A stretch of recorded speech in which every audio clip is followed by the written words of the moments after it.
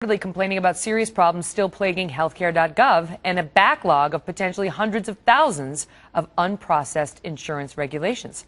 Bob Lashevsky is an insurance industry insider, president of Health Policy and Strategy Associates, and a former executive of a group benefits insurer. Bob, Happy New Year to you. So first, let me ask you for your take on this. They say it's sort of a total of 9 million, they're saying. 2.1 bought insurance on the private exchanges, 3.9 got Medicaid or are eligible for it, and 3.0 are those 26 and under. So they say the law has helped 9 million people. Well, I think each of those numbers are right, but let's start over. First of all, we're getting a Medicaid expansion, no doubt about it. Millions of people will be added to Medicaid. There's that old saying, you can sell it a lot better if you don't charge anything for it. Medicaid's free. They're going to sign a lot of people up. We know that. They have signed up about 2.1 million people so far for health insurance in the private exchanges. And there are a lot of canceled policies out there.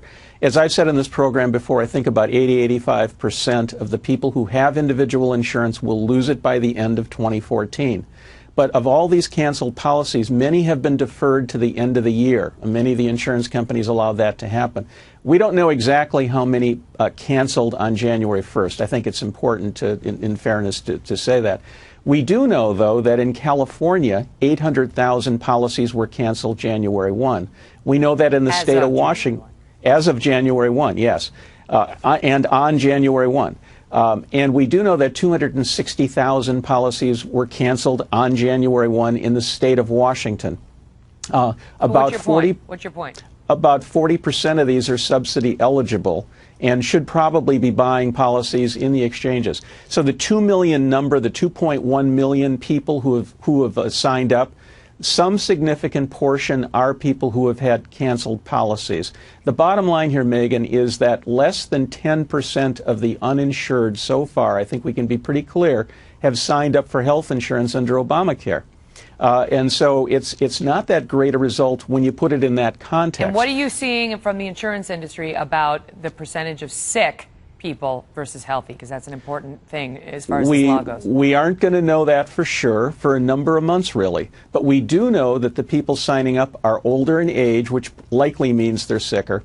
But, it doesn't take Einstein to figure out that the first people through the door are going to be sick people here who've been desperate to get health insurance for years. So if you've got less than 2 million people signing up, and it's less than 10% of the uninsured, obviously it's going to be a very sick population. Yeah. I mean, what Obamacare has proven is that they can sign the sick people up pretty efficiently. What they've got to prove between now and March 31st, when open enrollment ends, is that healthy uninsured people are going to want to buy this. And that's really going to be the challenge. I don't know about pretty efficiently. I know a lot of our viewers who have been on healthcare.gov might take issue with that pretty efficiently thing, Bob, but I got to leave it at that. Thank you so much for being here. You're welcome. Good seeing you.